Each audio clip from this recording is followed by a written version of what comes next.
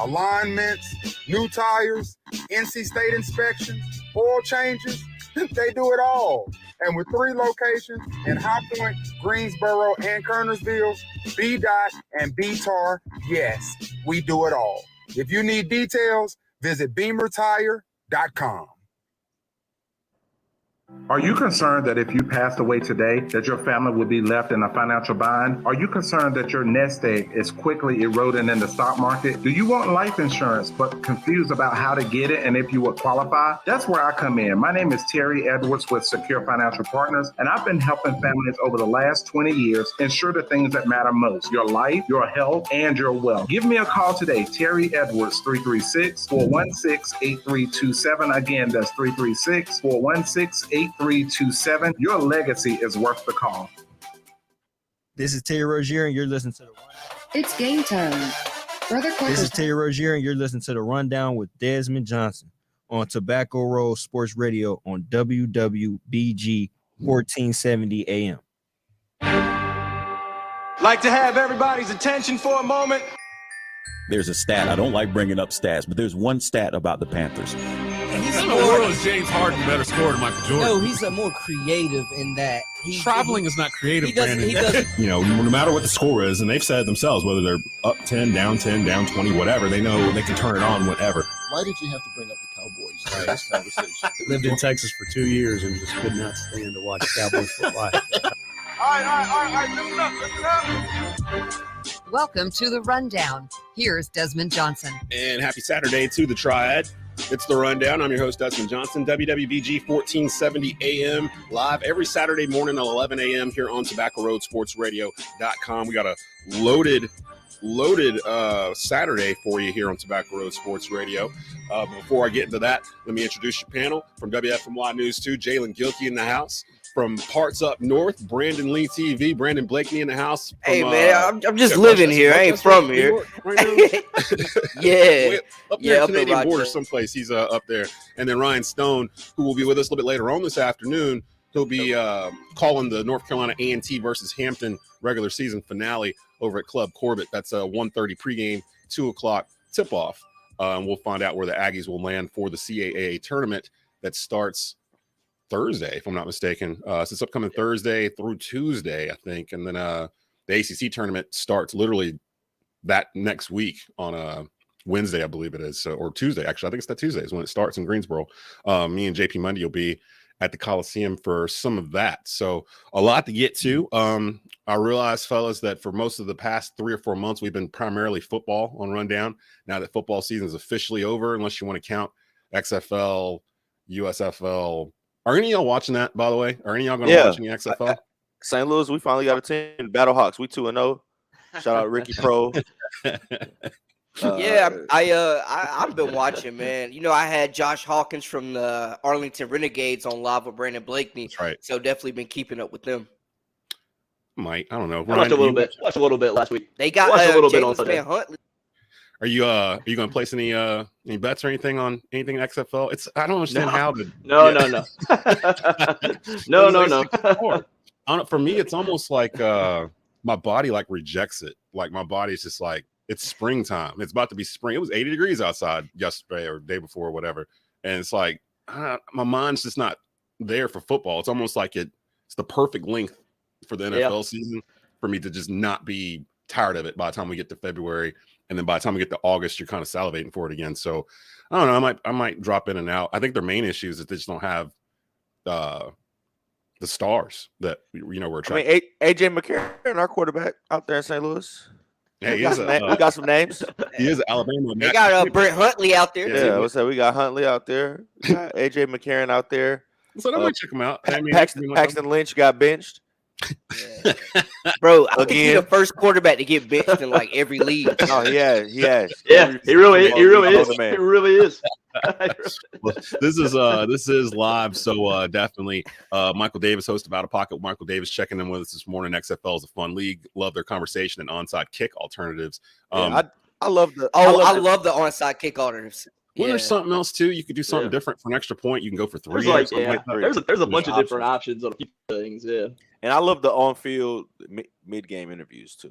Yeah, that's on what field attracted mid me. game. They do it in the middle of the game. Like right after a play. Like touchdown, like the interview right after the touchdown. Oh my gosh. Well, I wanted to get into NBA talk because we're finally at the point of the season where most of us start to put most of our attention towards the NBA. And segment one, we're going to start off. Actually, we're going to start from the Western Conference for segment one. Just biggest storylines you think going into these last, I don't know, 20 games or so that we got here for the NBA, because the NBA is about to take over from now until June, pretty much. It'll be the NBA March, April. Playoffs are going to drag out with the trade and everything that happened over the past couple of weeks. Some of these teams look vastly different than they did if we had done this a couple of weeks ago.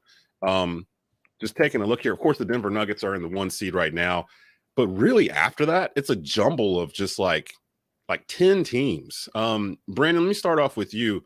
Give me your biggest storyline in the Western Conference going forward here from February 25th onward. Well, I'll give you two. Honestly, it's got to be number one, how Kevin Durant's going to look with those new Phoenix Suns. Hasn't played a game with them yet, but obviously on paper, they look like they could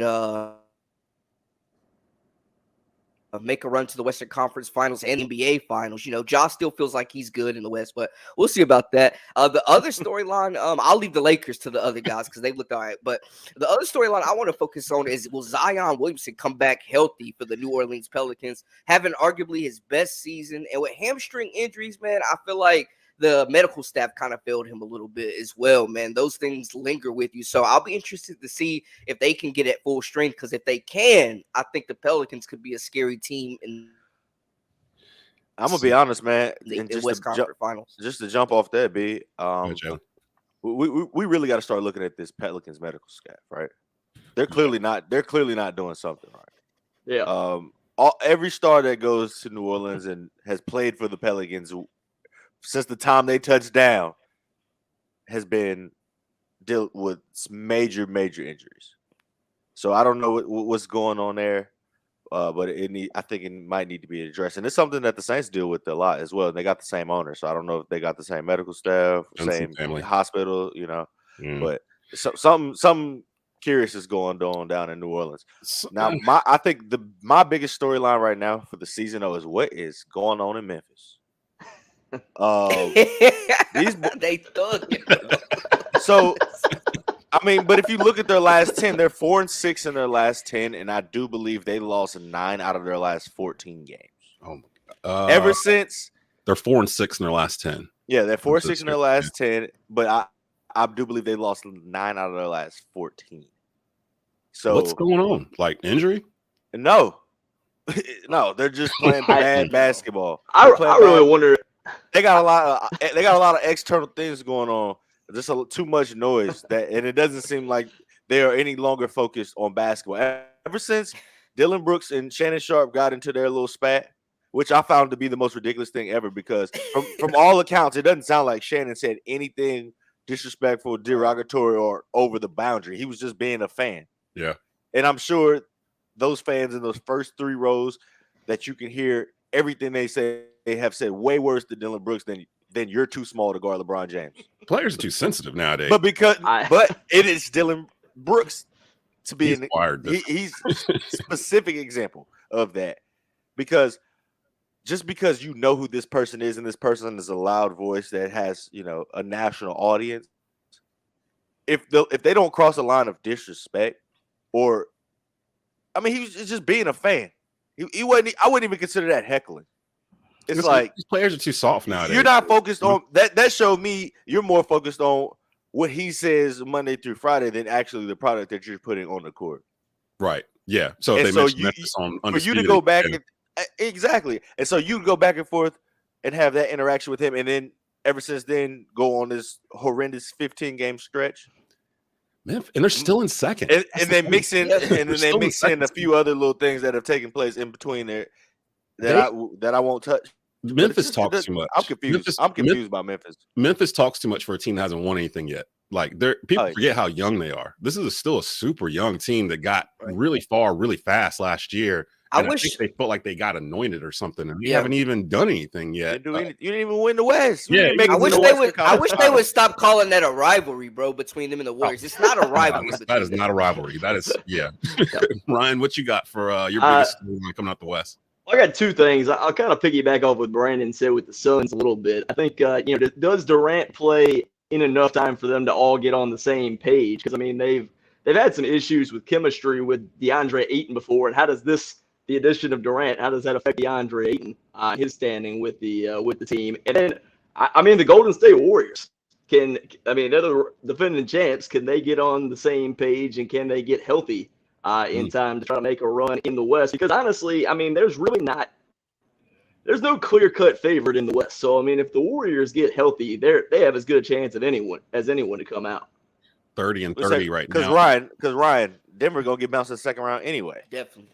Denver they might get bounced in the first round if they draw the Warriors. And it's so upside down in the West because I'm looking at the bottom like 6, 7, 8, like Dallas with Luka and Kyrie now. I don't know what the deal with Minnesota. The Pelicans we just touched on. I am not writing off the Golden State Warriors, even though they're at 30-30, they're at 500. They're 7-23 away from home. That's very alarming.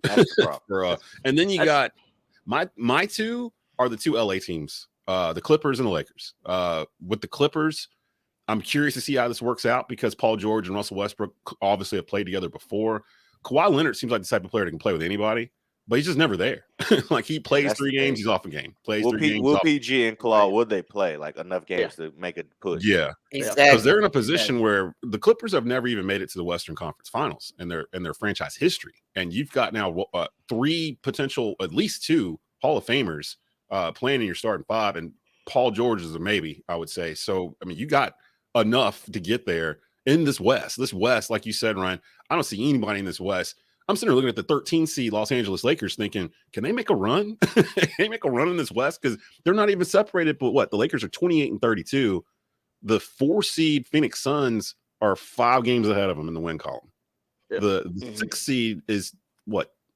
3 games ahead of them, the Mavericks. And they're all going to play each other. Like the Lakers with a healthy AD, LeBron, and I like the guys they brought in from the trades or what. D'Angelo Russell is a much better fit on this team playing point guard. Malik Beasley, a surprise there. And then the Vanderbilt. Yeah. Vanderbilt. Yeah. Big fella can guard, man. They I didn't think they could do this and pull it off and change the roster around the way they did. But now all of a sudden okay, they got my interest. Like, all right, you guys might be able to do something. They're gonna have to go on like an 8-game win streak or whatever just to pull themselves out of the play-in. I find it funny that LeBron was making fun of the play-in, and the Lakers have basically been in it or sniffing around it ever since he said it. Like, and they could be in there again. Hey, one team we didn't show any love. It's funny that Austin Reeves. Go ahead, man. Oh no! I was just gonna say it's funny that Austin Reeves kept y'all from getting Kyrie. Maybe that's a good thing. He might be there next year. Nobody knows what Kyrie's going to do. I don't think Kyrie knows what he's going to do. He ain't going to be in Dallas next year. Like that's just a bus stop to me. I think he is going to try to get to LA and get back with LeBron. What were you about to say, Jaelen? I think the team we didn't talk about out the West that deserves a lot of more respect, Sacramento Kings, man. They've been down a very long time, man. But ever since I was preaching this in the draft, I watched when Kentucky played UCLA and De'Aaron Fox. Well, they played them twice that year. De'Aaron Fox gave Lonzo Ball that work in the regular season and in the tournament. And both times I said De'Aaron Fox is the pick. I said Lakers, I don't know what y'all do. De'Aaron Fox is the pick. And now he's really, truly developed into that guy. All-star this year, averaging 25 points a game. They make the trade for Sabonis. What was that last year? Sabonis leads them in assists and rebounds. I mean, they got 2 All-Stars. They got a vet that's got a championship, Harrison Barnes. Got Kevin Huerter shooting. The Red Mamba Huerter. They got Malik Monk. You know what I'm saying? They got pieces. I love Davion Mitchell. Just great energy off the bench. Young guard, will defend you. They got a lot of pieces. They could upset the apple cart in the playoffs, even though they're the 3 seed, so they're going to be having a home series. for the first time since probably like 2001 or something. They're gonna play like the Warriors or somebody. They sound like Memphis from last year. You know, like young up and coming team. Nobody's really expecting a lot from them, and then all of a sudden they're in the Western Conference Finals. Like it, they kind of seem built the way I wish the Hornets were built. In terms of I mean, they got that actually plays like on the floor, and you can see the results. But I don't know. Go ahead, Brandon. What were you about to say, Brandon? No, I was just gonna say they got some good veteran pieces too. But are we ready to say that Tyrese Halliburton for Sabonis was like the most equal trade we've seen in a long time? Yeah. That was a trade that both teams got better. Let me ask you guys this: just looking at the Western Conference and how jumbled it is right now. A, do you believe Denver is a legit contender for the NBA Finals? And we just told you they weren't making it past the second round. And then B, we said that 5 minutes. And then B, looking at this entire Western Conference, do you trust any team in the Western Conference to win the NBA Finals this year, or is it running through the East? I think it runs through the East. I think you can make the case that probably the 3 best teams in the NBA right now are in the Eastern Conference. Yeah, we're gonna get to who you got? Milwaukee. We got Milwaukee, Boston, and who else? Philly. I'd say Milwaukee, Boston, Philly. Yeah, probably the 3 best teams right now. I mean, if the Cavs was in the West right now too, they'd probably be. That's fair too. That's fair too. It's weird. The East is loaded. They haven't been this deep in a while. You can go 5, 6. I honestly think this might be the year that the Clippers can get to the Western Conference Finals. That's rough. I know it is. You know, because they're one meniscus away. You know, and y'all painted Western Westbrook that way like it was his fault in LA, man. Russ is gonna be good for them. I never Russ did everything he was supposed to do this season, and honestly, he was actually playing pretty good off the bench. It felt weird to see him coming off the bench, and I'm sure he felt the same way. That's just where he's at in his career now. At this point, right? You know? Yeah, exactly. Was it 14, 15 years in? Like it is what it is. Do you think that's gonna work in with the Clippers? I mean, it has to. It has to. What I mean, how many teams has he been on since he left the Thunder? 5, I think. He went to at least with the Heat. 4? I mean, not the Heat. He was with Houston. He was with Denver, not Denver. Washington. Washington. Wizards. With the Lakers, that's 3, and now Wizards. This is 4. Yeah, it's all in what like. Well, do you count the Utah Jazz?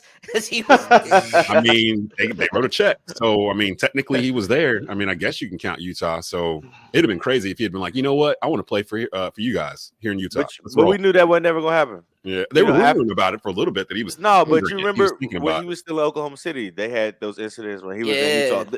There was no way he was ever going to play in Utah. Yeah, I don't even think he showed up. No, like Utah. I don't think he ever. Jersey, I don't think he ever left that way. Taking no pictures, and that's what I told my friends. I was like, he went to Utah. I said he's not leaving LA. I said he'll retire before he leave LA. I said he's going to go to the Clippers, and then they ended up waiving John Wall. I said there it is. And they traded Reggie Jackson. I said, oh, Russell's on the way. John Wall. You were talking about I wanted that to work earlier, these Kentucky guards. Yeah. The strange case of John Wall, just him, his injury history and everything. But he's probably made $200 million. In the NBA. It's insane. Like, when was the last year John Wall? He made more than that. He may have, because he's had a couple of he definitely have. Yeah, he signed a $200 million deal with the Wizards. Yeah. Got a shoe deal. I mean, he's John Wall. I mean, his career's been a little bit of a disappointment because of injuries, but he's certainly been. I mean, he was certainly made his money. He was good in high school and college when he first came out in college. But yeah, those injuries. He was good in the NBA, man. Like I say, he was. Yeah, he was. The Phoenix people don't talk about him enough. Nah, well, not now. I mean, he's been hurt too many years back to back. But you got like where he played with Russell Westbrook and the Derrick Rose era, so he kind of was the odd man out. Yeah, the Phoenix Suns. I do have a question about their age a little bit because Chris Paul's 38, Kevin Durant's 35, and he's been injured the past 2 or 3 years. Really, he's been playing through them, but it almost reminds me of when back in the day when.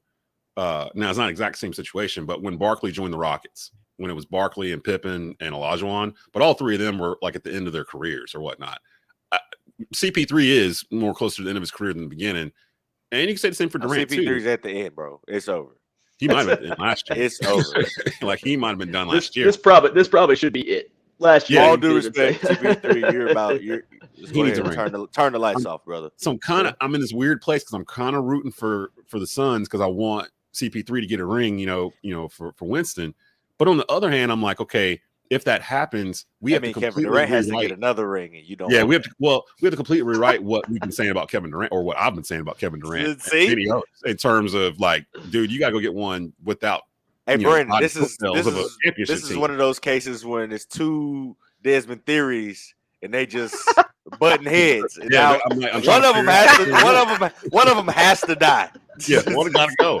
So I either need the CP3 gets a ring thing, and I'm cool with Durant getting one, or it's got to be the CP3. I'm sorry, you ain't getting a ring because y'all brought Kevin Durant over here. Like, it's got to be. Desmond always finds himself in these situations where it's just like, I'm telling you, bro, he be fighting himself. Look, Durant needs. This is why he left. Durant knows it. This is why he left Golden State. Otherwise, he could have just stayed in Golden State and just did the rest of his career in Golden State. I see which one's gonna prevail. I see which theories gonna prevail. Hate always prevails. Hate always wins. Say hate his ball, baby. Say hate his ball. I mean, I don't like the fact that people are putting Kevin Durant in top 10s and stuff like that at the moment, because he's not a top 10 all-time player. He's a very, very, very, very good player. Kevin Durant's not a top 10 player. Who are you taking out of the top 10 to put Kevin Durant in there? I wouldn't put him top 10. I'd say top 15. Let's see how these next couple years go. Yeah. I'm just saying, as it stands today, because people try to put him in their top 10 right now, and I'm like, nah, he's not top 10. Who in the top 10 is guarding Durant?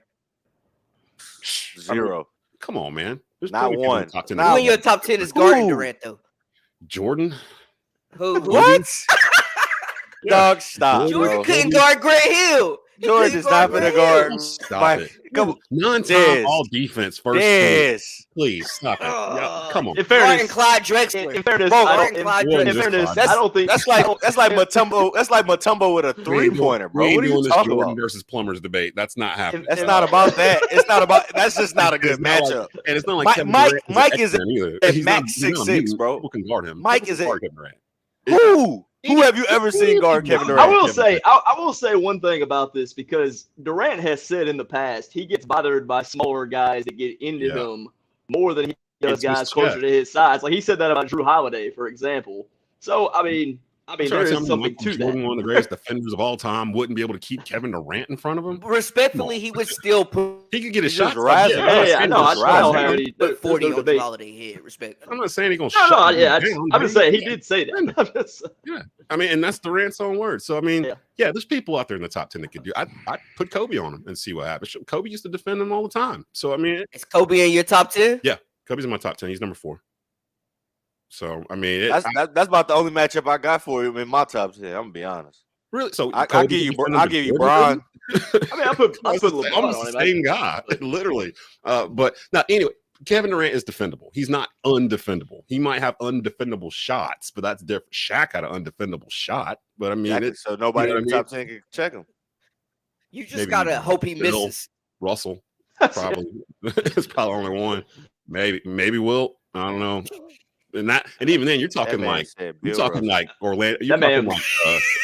man had 100. Shaq had 100 pounds on those two guys. That's true. It'd be like Did y'all know Bill Russell only like 6'8"? Yes. Bill Russell ain't that. He not that big. 6'9", but okay, all right, yeah. I thought he was 6'9", but it ain't 7'2". I tell you that. Oh, also, like I said, he wasn't 325 pounds. Exactly. I mean, yeah. Let me. I'm gonna go through this. Might as well put Ben Wallace on him. That's it. Ben Wallace. All right. Yeah, that's better. Let me move up to the Eastern Conference, and then I do have Conor O'Neill coming up, probably right around 11:40 to talk ACC hoops. A lot of ACC action later on today. My Tar Heels, in must-win situations every single step of the way going forward, got number 6 Virginia. They can't score 50 points coming into the Dean Dome. I don't know what's going to happen because Carolina and Notre Dame had a rock fight Wednesday night, and nobody wanted to score. And I'm just like, come on, man. Take the under. Your backs are against the wall. Bro, Notre Dame can't shoot, Love, and y'all man. can't score either. Like, what is going on here? Like, I don't know what's up with this team. Like, it's the most annoying Carolina team probably since – I think really with 2014. The biggest issue, I know Caleb take a lot of bad shots. That's it. A lot. Caleb Love is J.R. Smith Jr. But he's Austin Rivers. I think they're missing that true like stretch 4. every time a Carolina team's good, they've got a stretch for in recent memory at least. Yeah, Pete Nance was supposed to do that. Pete Nance ain't that guy. He ain't that guy. He ain't that guy. They don't have that scoring wing either, man. Like they don't have Leaky can't put it in the basket either. Nah, so it's a lot of problems. It's a lot of why problems. Why doesn't Dontrez Styles play? Preach. I don't want Nobody knows. Nobody knows. I assume it's because he's not playing defense. That's why Jalen Washington's not playing either. But Washington basically missed 2 years. Nobody is. So I mean, the whole bench, other than Dunn and Nickel gets in there for a couple of minutes, and Seth Trimble. That's really it. But Hubert was running that rotation last year around this time, about 5-6 guys. So it's not, and I got to go over to the NBA. It's not, I would say it's not coaching because this is the same stuff they were running last year. They're just not hitting shots. If they hit shots, it's literally the same thing we just watched last year. They're just winning the games instead of losing them. They're just taking these bad shots, or they're just not hitting the shots they were taking before. So either way, they got a new lease on life. You beat Virginia, you beat Duke in the finale. They're both at home. They've only lost 3 games at home since B-Dot took over as the 6th man. Shout out to B-Dot, official 6th man Carolina basketball. They've only lost 3 home games since he took that over. 2 were to Pitt, and 1 was to Duke. So we'll see. I don't know. It's setting up where they could do something, but I don't know. I'm indifferent at this point. They made my year last year.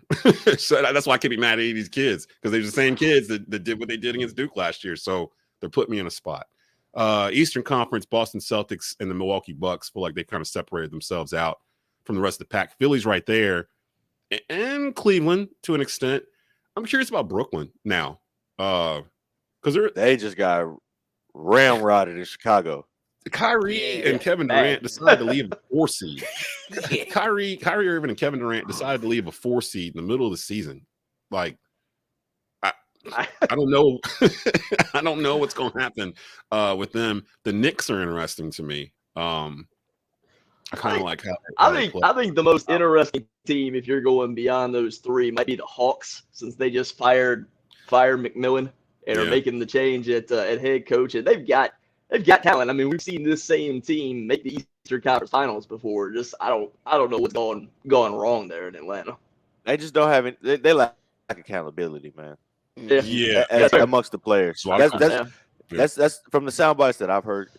Yeah, it just sounds like, kind of like Memphis. They make a lot of excuses as to why they exactly. Yeah, they feel like they're better. They're young too. They feel like better than they are. Trae Young's been compared to Steph Curry. Man. Them boys out there, and Trae Young's been compared to Steph Curry since he arrived in the NBA, and I don't think he's ever deserved it, to be honest. He's been compared to Steph Curry since high school. It's just play style. Yeah, it's just play style. That's half court threes. I mean, not everybody can do what Steph Curry does. Looking at the East, I'll just go through real quick. Jalen, starting with you. What do you think is the biggest storyline coming out of the East going forward? Biggest storyline coming out the East is, of course, the debacle in Brooklyn. I'm gonna say Miami. What is wrong with Miami? In the Eastern Conference Finals last year, looking like they'll be in the play-in this year. Haven't looked good all season long. Basically the same roster. Is that Jimmy Butler effect gone away? Like, is Jimmy Butler still a top 20 player? I think it's really more a Kyle Lowry guard situation. They're old in a lot of places, honestly. They just signed Kevin Love too. Yeah. So they are, and he's Udonis not Haslam making still on the roster. Like, yeah. That man has had. That man's got them still on the roster, bro. He wear a jersey every day. Has he played a single minute this season? I haven't even paid attention. Is he still active? Hold on, let me check. Bro, he wears a uniform every game. Yeah. I don't know why they just haven't made him an assistant coach. They extended him. They extended him last offseason. So I mean, space. You know what I'm saying? They got 2 guys over 40 on their team. Wow. Yeah, he had playing career 2002 to present. He played for Florida. He played Yeah. Florida? No, he didn't play on this Florida team. He was the top 10. He was the top 10. He was there before them. Right before them. Yeah, 2002. Yeah. 2002. Yeah. He's been there for. He older than Al Horford. He was drafted in the 2002. He's been there for all of them. The year Joe before Kim Noah's retired. Corey Brewer's retired. And he was there before them. Chandler Parsons done retired. Yeah. Chandler Parsons. Isn't he kind of like an assistant coach or something at this point, though? Don't he have something to do with the coaching staff, like a player? He wears a jersey and sweats every game. And sweats. Warm-ups. He wears warm-ups every game. Hey, man, he gets paid. He gets paid that veteran minimum to Yeah, he like $3.3 million every year. Wasting roster spots, bro. I think he did play last year a little bit, though, like 2 games or something. I want to say I remember him coming in and fouling somebody really hard last Yeah. year. Like pushing somebody. Why is he like not just on the coaching staff? I don't understand. It's probably less money. To be honest, it's probably gets paid less. Right. Than if he's an actual player. Philly's interesting to me. Is this the year that Joel Embiid finally gets them to the NBA Finals? No, because James Harden going. It seems like James Harden. It seems like same thing every year. It seems Why like we James actually Harden. really right. It seems like James Harden has a foot out the door because there's a lot of noise about him possibly returning to Houston. So I mean, he's got his mind. Got up his mind to up get in the another strip- 200 up in the- million. He can't get 200 million in Philly. Are the strip clubs that good in Houston? No, he wants to go to the strip club. Come on, that's what it's all about. That's what it's all You ain't. Who said no? That's what I'm saying. Like, is that all? I didn't say no. So let me find the Houston Rockets. They might have Victor. Oh, I ain't say no. I don't think anybody said no to that. The Houston Rockets might end up with Victor Wembanyama here at the end. Exactly. So Wembanyama Wembanyama or the and Harden. Spurs. Or the Spurs, man, they 15 take straight. but they are tanking like with no regrets, bro. Spurs Like, You know they do love them foreign guys too. it's obnoxious how bad they.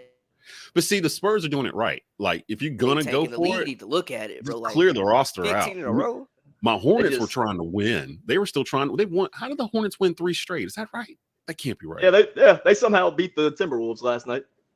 What are y'all doing? What are y'all doing? Like putting forth a good competitive effort. Stop it. Stop it. I need that mystery LaMelo Ball ankle injury to pop up and have him miss the next 2 weeks or whatever. Because even if they don't get Victor, I'm fine with Scoot Henderson. I'm fine with I guess Brandon Miller. I wasn't gonna touch him today. It'll be really interesting to see what happens with Brandon Miller in the draft. Yeah, because right now he's probably top 3, right? He's the best college basketball player. He's top. Oh, he's easily top 3. Like top 5. Yeah, he's the best player in college basketball.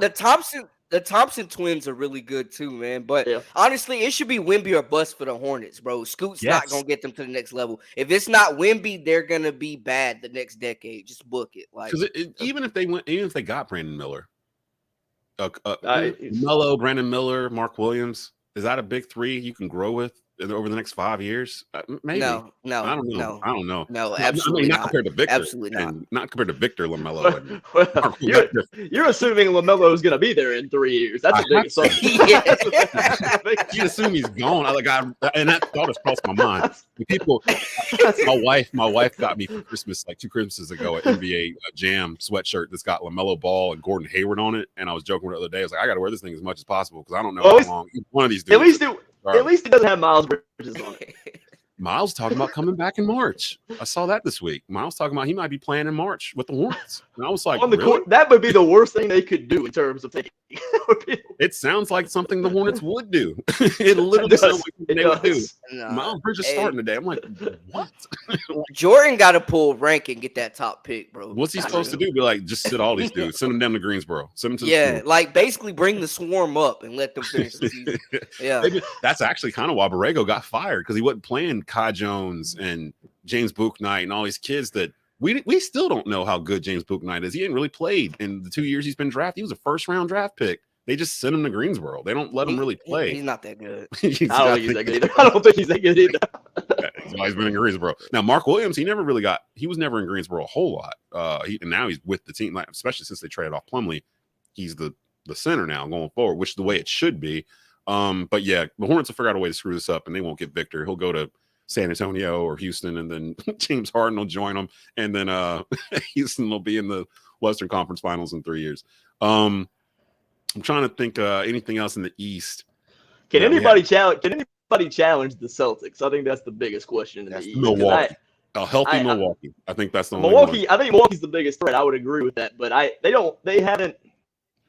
Milwaukee hasn't been as good as I thought they would be this year with Middleton back. So that would be my concern. Yeah, man, don't sleep on the Cleveland Cavaliers, man. I agree with you. I like the Cavaliers. I think the Celtics and the Cavs. The Bucks have won 13 straight. To be honest, right now they had to play today. the Bucks have won 13 straight. They're 25-5 at home. That's the best home record in the East. The Celtics are 24-7 at home. They haven't beat the Celtics though. At all. Yeah. And they got drummed too. They got clapped up. By That's the thing. The Celtics are playing at a different level. Like they're playing like we've been here before. Let's go finish the job. Because that team got pretty far when they were young. Remember, this is a team that was battling LeBron in the East. Yeah. So, and they had all that drama with the coaching staff and made the coaching change, and they're still playing this well. We've kind of forgotten all that stuff. Yeah. Like all that stuff kind of went away. So, which is still ridiculous. I think I saw how they went about all of that. I would agree with that. Yeah, I agree with that too. Hey, he might end up in Atlanta, is what I was seeing. That they were kicking. They're hiring Quinn Snyder, I think. Yeah, they're gonna bring Quinn Snyder. Yeah. Oh, so there you go. So I mean, so right now it's kind of looking like Celtics, Bucks, 76ers in the East, and over in the West, Denver, and a whole bunch of just whoever makes the playoffs in the West has a chance. Yeah, they got a shot. Man, I'm telling you, I trust the Cavs more than the Sixers, bro. Seriously. I could kind of understand. I can kind of go with that too. And that's wild. That is nuts that the Cleveland Cavaliers could even be in this position. After 3 or 4 years after. You seen Donovan Mitchell this year? He's balling. Yeah, he's balling. The Cavs are the Cavs are finally building a team out of LeBron's shadow. Finally, like they're finally building something. So we'll see. We'll see how they do. I got to get you guys out here. Conor O'Neill from Deacons Illustrated and Devils Illustrated is going to be on to talk Wake Forest, the injury update to Damari Monsanto, who I'm not saying he tore his PCL Wednesday against State. We'll get an update on that, update on Duke and their chances going forward, and we'll look at the rest of the ACC slate today throughout the league. It's getting to be crunch time. There's only a couple games left in the regular season. So be back in just a bit. You listen to the Rundown, WWBG 1470 AM and TobaccoRoadSportsRadio.com. You're listening to The Rundown with Desmond Johnson. One stop number 6, located just 1 mile west of East Forsyth at 2748 West Mountain Street, Kernersville. A proud supporter of East Forsyth since 1983, serving fresh fried chicken and our famous taters 7 days a week from 6 a.m. to 10 p.m. For a limited time, grab our Wife Saver family meal for only $13.99. 8 pieces of chicken and sides for 4 for just $13.99. One stop. Come see us at 2748 West Mountain Street in Kernersville. Beamer Tire and Auto Repair, now with 3 locations across the Triad in High Point, Greensboro, and our new location in Kernersville. Beamer Tire and Auto offers full-service auto repair, all tire brands, free alignment checks, oil changes, and more. In Kernersville, check out the no appointment needed Quick Lube shop. Check out their thousands of 5-star ratings via Google and Yelp. They care because they know that you can go anywhere. So try a shop with a beating heart, not a bottom line. Beamer Tire and Auto Repair. Visit us on Facebook or at beamertire.com.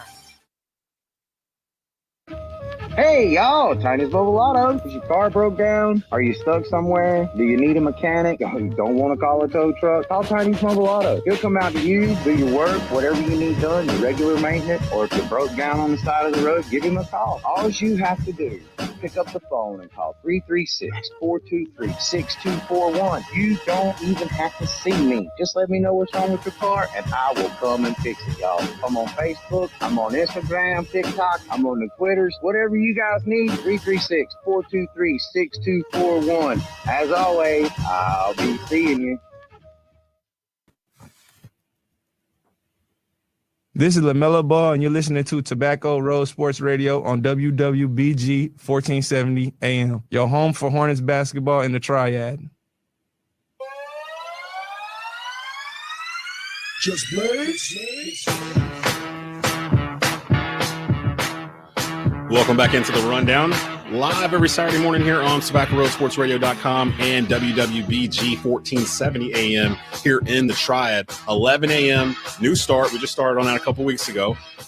11 a.m. to 12 noon live. You can catch me and, of course, all of our guys that are on the panel every single Friday as we get you ready for noon basketball or baseball or whatever you might be going off to do in the Triad. Joining me right now, he is the beat writer for Duke and Wake Forest for Deacons Illustrated and Devils Illustrated. Conor O'Neill joining the Rundown, friend of the program. What's up, Conor? What's going on, man? Not much. We're I was just telling somebody the other day, like there's no middle season in basketball. You're either in the beginning of the year and you feel like you have all the time in the world, or you're at the end of the year and games are dwindling and it's time. Every game is a must win, and there's no there's no plateau to basketball season. It's either uphill or downhill. Yeah, and this season's felt longer than normal. Maybe it's because I'm a Carolina fan, but it feels like it's stretched way longer than it normally does. Definitely because you're a Carolina fan. Let's clear that one up. We're gonna get to my Heels in just a bit because they got 6th ranked Virginia at the Dean Dome later on tonight, 6:00. I want to get to, of course, let's start off with Wake Forest and the latest on Damari Monsanto and his injury that he suffered Wednesday night versus NC State. What can you tell us about the injury and what'll be going on? Yeah, so the exact diagnosis is a torn left patella tendon. It's not one of the big three with MCL, PCL, and ACL. It's not an Achilles like he had about a year and a half ago over the summer, but I mean it's a big one, and it's season-ending injury. Surgery, I think, if it's not immediately, it's probably already happened at this point. It's a big loss, and it's one of those where I was fortunate enough to be courtside seating at PNC, and as I was telling you, I didn't see the knee buckle. Like I didn't see, I'm 50 feet away from it, but I can't see and diagnose the injury from the baseline. What I did see was him lying on the floor of the arena telling his teammates that were trying to help him up that he couldn't get up. And, I'm not a doctor, but anytime a player is saying, no, I literally cannot get up, it feels like some bad news is imminent. And that's unfortunately what's happened. It's such a tough break because you talk about a season that's dragged and had some twists and turns. Like he's gone through about a college career this season. Yeah. He started slow. He caught fire. Before all that, you have to deal with, he took the trip to Europe with Wake and came back. And within a couple of days of coming back, learned that his sister had died in a car accident in Miami. So that's something he's had to deal with. Steve Forbes told us a bit about how he was struggling in the preseason to kind of grieve. And so he gets into the season. He has a slow start. He starts picking things up. He had a couple rough games and Steve benched him for a game. That was the App game that Wake won on a miracle buzzer beater by Andrew Carr.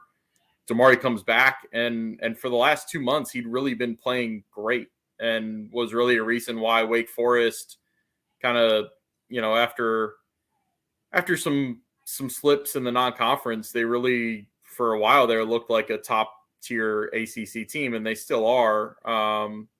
But he was a big part of their surge there in, mid-January with the 4-game winning streak and then the 3-game winning streak before these last two. He's right there in the thick of it. I've called him the best pure shooter in the ACC a couple times this year. I stick by that.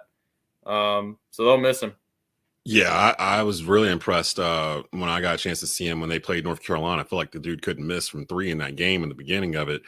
Wake, they're in 7th place as it stands right now, 17-11 overall, 9-8 in the conference.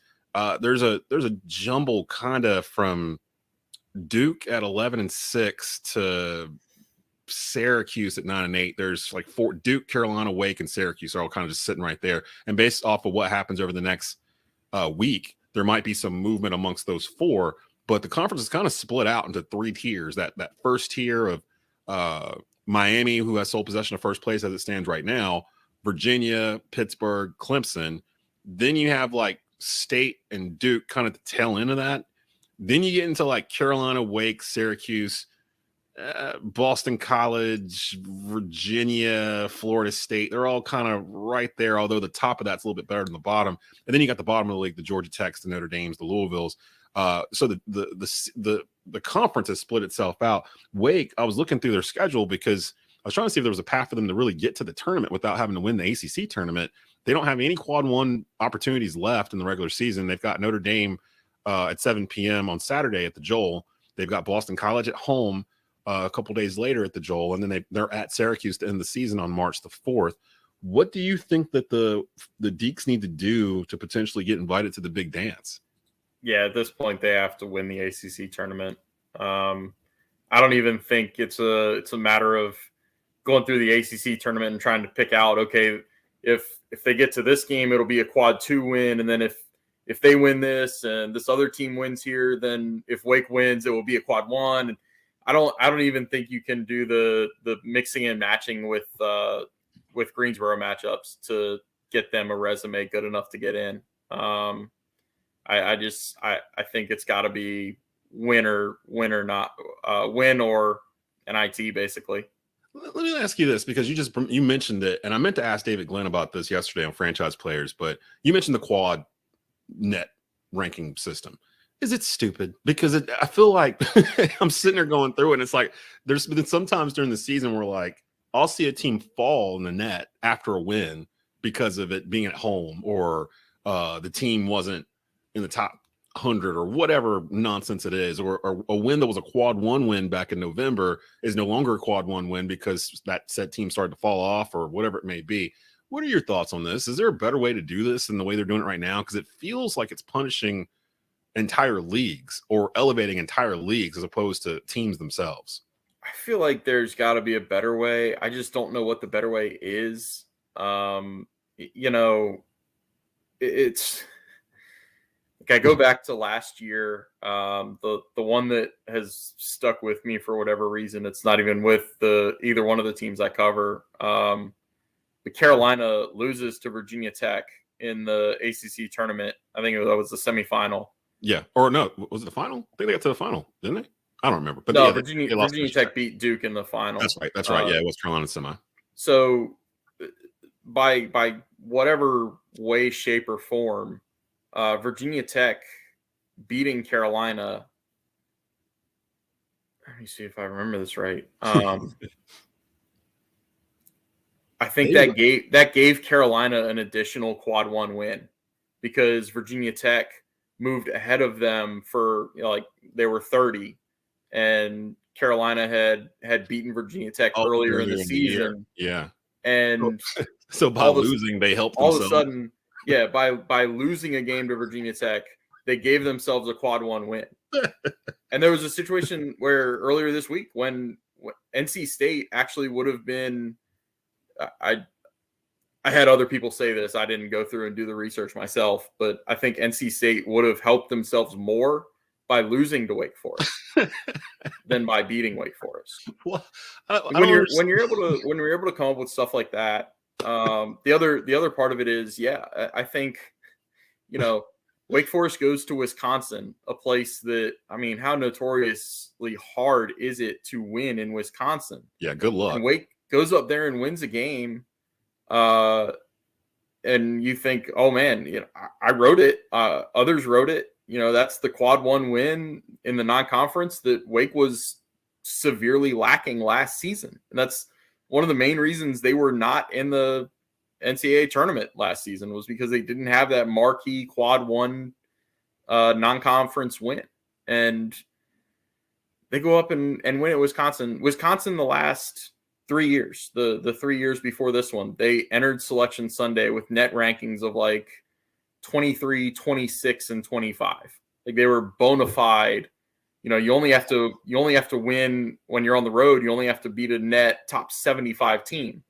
So that's just locked in based on the last 3 years. And now this year, Wisconsin is floated between 70 and 80. And that's created a bunch of jokes because it's let's check if Wake Forest has a quad 1 win today based on where Wisconsin is. Oh, no, they're 76. That win got devalued because Utah State won a game and bumped ahead of Wisconsin. And so then you'll check it on another day and Wisconsin will have maybe lost a game, but they were close against Purdue or something like that. And they'll move up to 74 and it's all of a sudden, oh, Wake gets another quad 1 win. this is disgusting. This is a horrible way to do this, because I'm sitting there looking at it and I'm like, okay, do all this stuff like with Carolina, I think their net ranking is still like 30 or 32 or something like that, which I can't figure out because they're 0-9 against the top teams or whatever they claim in this quad one. But then going off of what you just said, Carolina's got 6th ranked Virginia today at 6 p.m. They've got Duke at the end of the week. If they win both those games, those are both quad one wins. Doesn't that help Wake Forest since they blew out Carolina? Or does that not help them because they beat them at home? Yeah, I mean, it would be the same quandary that Wake was in last year. Last year, Carolina got hot late and added some quad one wins late in the season. The marquee one at Duke in the regular season finale. Wake beat Carolina by 22 in Winston. And if I've heard Steve Forbes say it once, I've heard him say it about 30 times at this point. Wake did not get a quad one win for beating the national runner-up by 22 last year. And it wasn't even close. It didn't even feel that close that night. I remember, like, they just grew Carolina that night. It was actually the turning point last year. That game was over with 5 minutes into the second half. Yeah, for real. Real quick, I got Conor O'Neill with us, beat writer for Duke and Wake Forest Athletics at DeaconIllustrated.com and DevilsIllustrated.com. Over in Durham, Duke has won 3 straight. They've got Virginia Tech tonight at 8 p.m. on ESPN. This team, they're at home, but they seem like a completely different team on the road. Well, they are a completely different team on the road. And a lot of that's due to the fact that this team, I mean, unless you really watch college basketball, you don't know who's on this team unless you watch them all year, because it's 7 freshmen, 4 graduate students, and Jeremy Roach. So it's like you're trying to figure this out. And every time I watch them, I feel like I can't get into them because I don't really know who they are because it's all brand new. Having said that, out of this group, who do you think will leave this year? Because we're so used to seeing Duke freshmen leaving. I for a minute, I thought maybe none of them would leave. Maybe all of them are going to stay, but not 7 freshmen. Some of them are coming in with the idea of they were leaving in 8 months, regardless of what happened. Who do you think are the likely ones that will leave the Duke program this year? And who do you think is going to stay and kind of help build what John Shire was kind of saying the other day in that coaching presser, where Duke is going to start doing things a little bit differently, not rely on these top heavy freshman classes so much, but actually build bases and bring those guys in too. Who do you think is most likely to leave off this Duke roster?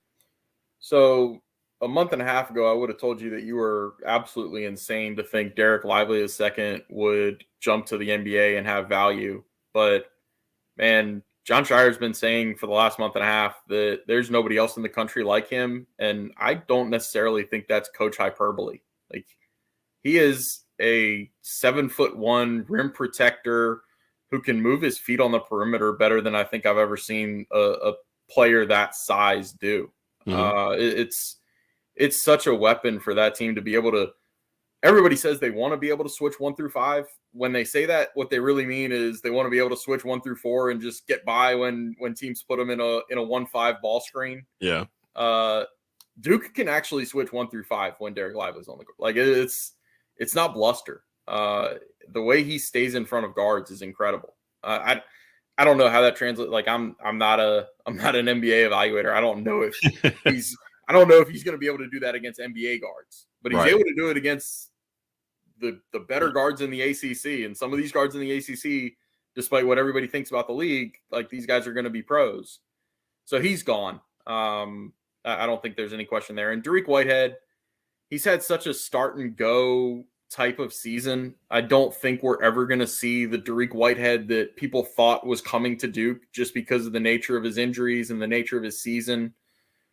But he's shown enough. I think he'll test well. Like, I think he's gonna the interview process, the workout process, what teams need to see as far as 3-point shooting, that's all going to show up in the workouts. I think he's going to be a first round pick. Even it is a pretty deep draft, but I think he's there. I think those are the 2 bona fide ones. Kyle Filipowski came to Duke, and it was very much thought that it was going to be a 2-year at least stay. And then he's gone out and he's averaging 15 and 9. I mean, he's the most important player on the team. He's the best player. Yeah. Yeah. So he's like an old school back to the basket Duke center to me, like a Danny Ferry, Christian Laettner, Cherokee Parks guy that's in the block, and he's got the footwork and all that stuff. I'm so used to seeing these stretch guys not be in the paint or just doing face up, and he's about that action. He'll get down in there and bang around. I kind of respect that. Yeah, I had fun talking to him. It was after the Notre Dame game, and I just went up to him and was like, what is it about your game that you just take such a beating every night? Like between getting punched in the throat at Virginia Tech and the call, the play at the end of the game of the UVA game. I think the Notre Dame one, there was another shot to his throat. Yeah. He grew up after. Yeah, he's got an Adam's apple, but it doesn't it's not out there for everybody to just punch on nonstop. Yeah.